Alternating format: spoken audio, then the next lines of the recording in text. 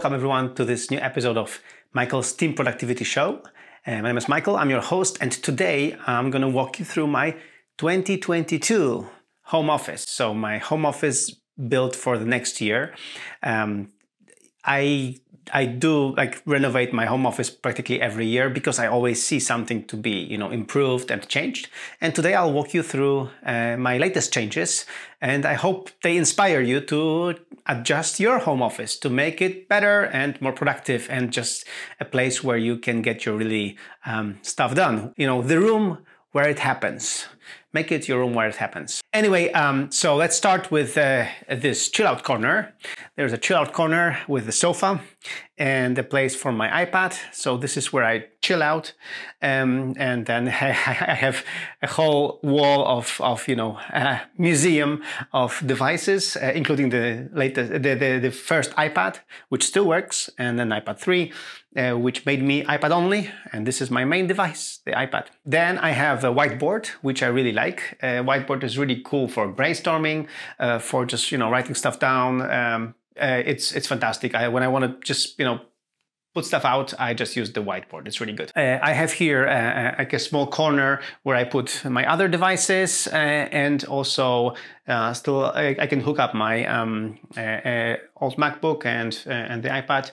And I have a shredder. Document shredder is really important because still people insist on sending me paper, and I get rid of the paper with document shredder after I have scanned it. So, and then of course on the wall again I have my personal stuff, like my favorite Lego set and my collection of Apple Watch bands. So this is kind of the backstage of my home office. Let's see how my home office looks like here. So there is my desk, and the biggest changes in my desk, well, first of all, it's a stand-up desk, and I've just changed it to something that has a memory function, so I can very quickly adjust the height of the stand-up desk. I have still an old iMac, a 2014 model, but it's glorious, it still works very well. But the biggest changes here on my desk. So first of all, a good microphone, Shure microphone for my podcasting needs. And then I have a permanently mounted teleprompter. So when I have meetings or interviews for my No Office book, I can do them through here. So I can look people in the eye, and then I can display them on this external monitor. This is an external monitor, a 10-inch monitor, which I just move stuff around and I just look at the camera. And there is a Sony camera right behind the teleprompter, which is of great quality. It's a perfect webcam. Apart from that, I have a casual webcam. I have a Brio webcam, which is very, very useful. And these two lights are really important. These are the Elgato lights, and the cool thing about them is that when you everybody who knows about video editing and video recording knows that you have to be lit up very nicely. As you can see now, when I turn this, the light is very nice. And the most important thing is that the light should be from the front and then from the side. This way it gives you this depth, and then you have the natural light on this side where I have my window. So this way I'm very bright when I need to talk to people, and these lights don't occupy lots of space. When you look behind my desk, you can see that everything is very neatly done, and the lights are very well installed, and everything is quite neat. And you can see the camera they're mounted on the teleprompter.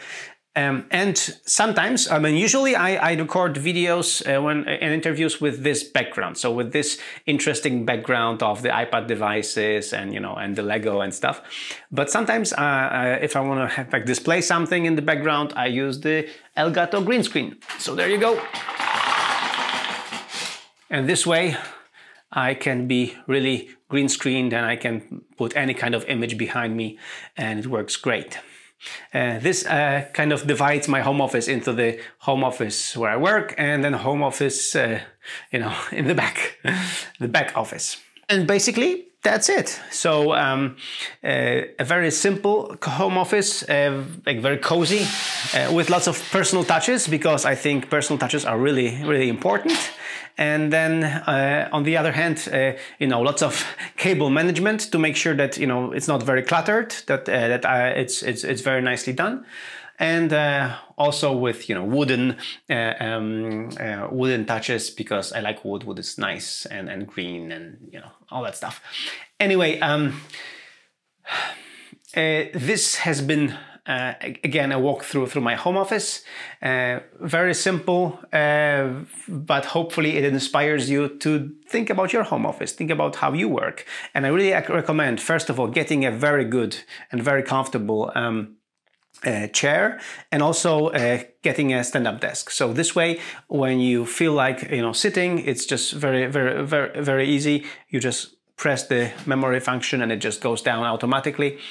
But when you want to go up and stand up for to work for a few hours, or maybe have a meeting standing up, it's really cool and it's really convenient.